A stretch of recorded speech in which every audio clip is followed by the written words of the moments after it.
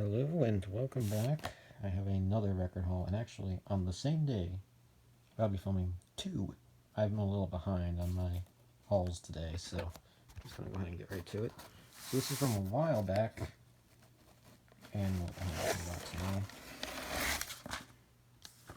the first one from 1968 is Francis A. and Edward K., or as many of you know them as, Frank Sinatra and Duke Ellington.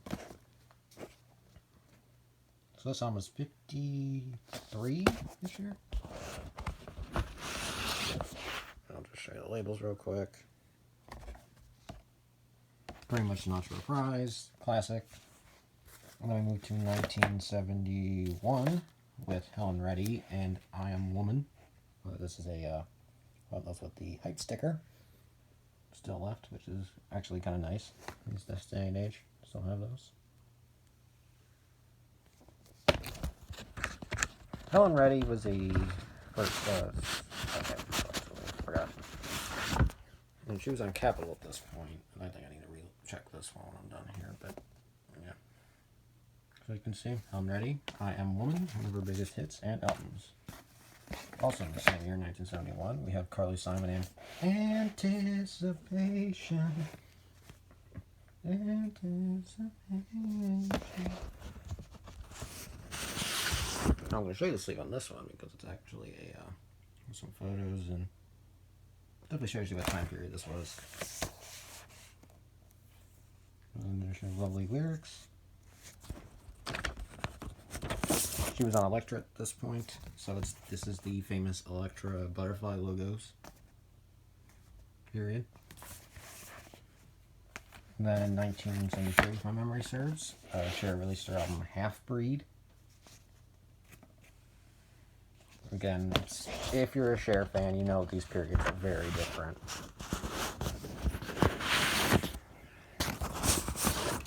The label isn't too exciting. It's an MCA record labels, but you can only see the, I think that was the custom Cher thing. Then we move into 1977, I believe. Here at last, the Bee Gees Alive.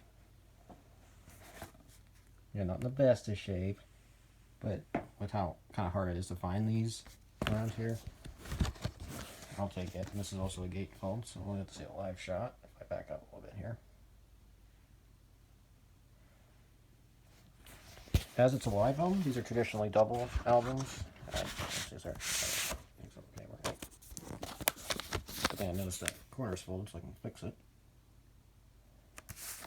Track listing, photos. Recorded December 20th. So yeah, this would be 1970. This is another RSO, so I'm just going to quickly glance the label for you. I'm going to get the other sleeve out just to see if it's something different. Yeah, we have some differences. Looks to be like your credits and information. Yeah, it's the same photos again, I just noticed, so we're going to go and skip over that. I'll just show the labels so you can see what tracks were on it at that time. And then we move to 1979 with Rupert, Holmes and the Partners in Crime. Most people, if you've seen Guardians of the Galaxy, you'll know the Pina Colada song are also on here, known as Escape. It's also, well, actually it's known as Escape, the Pina Colada song. And actually, you'll be seeing him again in my next video, so don't get too excited. And here's your lyrics on the sleeve, and I'll just quickly show Escape, just so you can see it's on here. There's a photo with the credits. And then the label, Infinity Records. I actually kind of like this label. It's simple, but it's plain. But it's nice enough that you can get your information. Also in 1979, Alpert released his classic album, Rise. In my previous video, you saw the single version, but now I have the album version, which was originally on. Hype sticker. This one's still in plastic wrap, and there's a barcode. Here's a little factoid. If you have a Discogs account, and you have the mobile version on your phone, you can scan these, and this will help you find the version you have. No, it's just a traditional A&M. That's what he was on, and he was one of the two of A&M. Alpert, he's the A in that band. And then in 1980, we have a whole bunch of these in a row. We have Neil Diamond's Jazz Singer soundtrack. There's a gatefold that has Laurence Olivier on it, with his songs "Love on the Rocks" and "Hello Again in America." Now, despite it being gatefold, it's only one disc, and I just was playing this the other day. I'll try to get it out here. I'll show you, in his classic period. I have some images from the film. And then there's your information, your credits, your mixing, your choir people, so on. This label is actually kind of nice. It reminds me of the classic jazz era labels of Capitol, but it also fits it all nice. Nicely. Also in 1980, after the Bee Gees kind of break up a little bit, Barbra Streisand and Gibb worked together for the album Guilty, and then they later worked again in 2005 on Guilty 2, or Guilty Pleasures, depending on where you're from.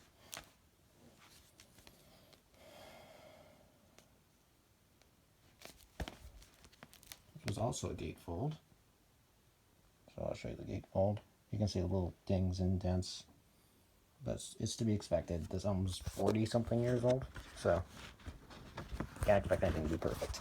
Unless it's really perfect. Stuck.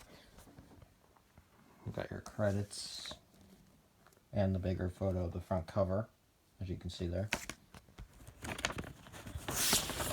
And then she was on Columbia, because this was technically a Barbra Streisand album, even though Very Good duetted.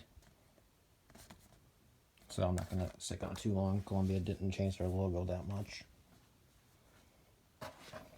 And then in 1981, 1982, The Time released their first album. You might remember this group for a while, because I had their second album, What Time Is It?